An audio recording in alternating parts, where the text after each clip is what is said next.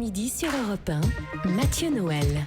Vous écoutez Europe 1, il est midi 23, rien ne s'oppose à midi, continue. Eva Rock, Anne-Laure Jumet, Maud Descamps, 3 femmes, 2 hommes, je vois clair dans vos pensées, Guy. On va se faire une jolie petite partie. Garçon, fille, le genre mélange. Nous verrons si la chronique est bonne, Guy. Priorité à l'antenne.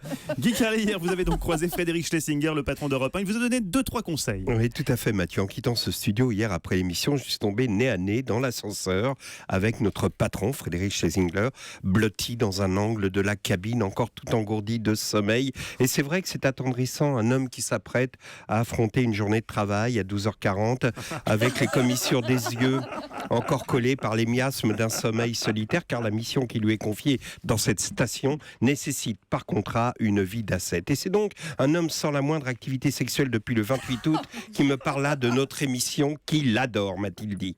Bon, lorsqu'il a ajouté, et puis surtout, je trouve qu'Anne Roumanoff a enfin trouvé le ton juste.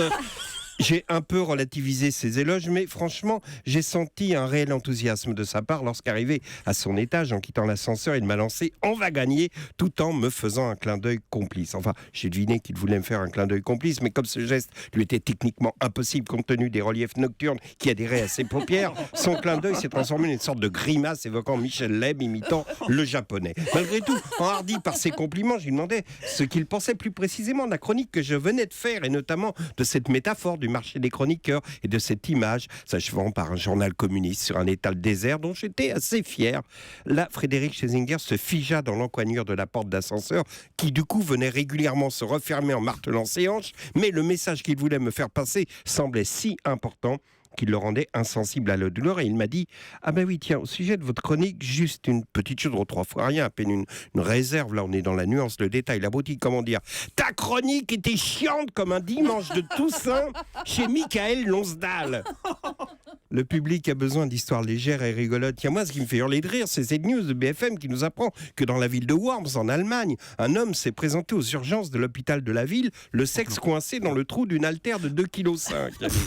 Adepte, c'est authentique, hein, adepte de la musculation pénienne, il avait l'habitude de soulever des poids de 5 kg dont la largeur du trou central permettait une insertion facile, mais ce jour-là, se sentant un peu faible, Anis M, oui, donne pas son nom par une pudeur qui les honore, Anis M décida de ne soulever que 2,5 kg, mais il avait oublié que, évidemment, le diamètre du trou central de l'haltère était réduit, et les médecins des urgences, après une standing ovation bien méritée, ont été obligés de faire appel aux pompiers qui sont venus retirer l'haltère, etc. Voilà, me dit Frédéric Schlesinger, les gens ont besoin de rigolade. Alors, promettez-moi, à partir de demain, que des sujets de chronique légers et rigolos, j'ai promis. Juste au moment où il quittait l'ascenseur, mon téléphone s'est mis à vibrer. Un SMS m'annonçait « Paul is dead ». J'ai pas compris tout de suite cette référence à une légende urbaine qui affirme que McCartney, le Beatles, est mort en 66. La preuve, dit-on, c'est que si on écoute la chanson Revolution à l'envers, on entend une voix dire « Paul is dead ».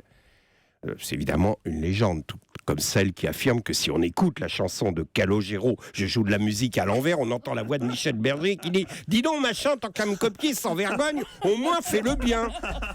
Mais là, il ne s'agissait pas d'une légende urbaine. Paul is dead, c'était l'annonce dans le style de la chargée de com de Macron que mon ami Paul Vermus venait de nous quitter. Une autre légende urbaine affirme qu'Elvis Presley n'est pas mort, qu'il vit dans la campagne du Middle West pour échapper à l'écume des médias.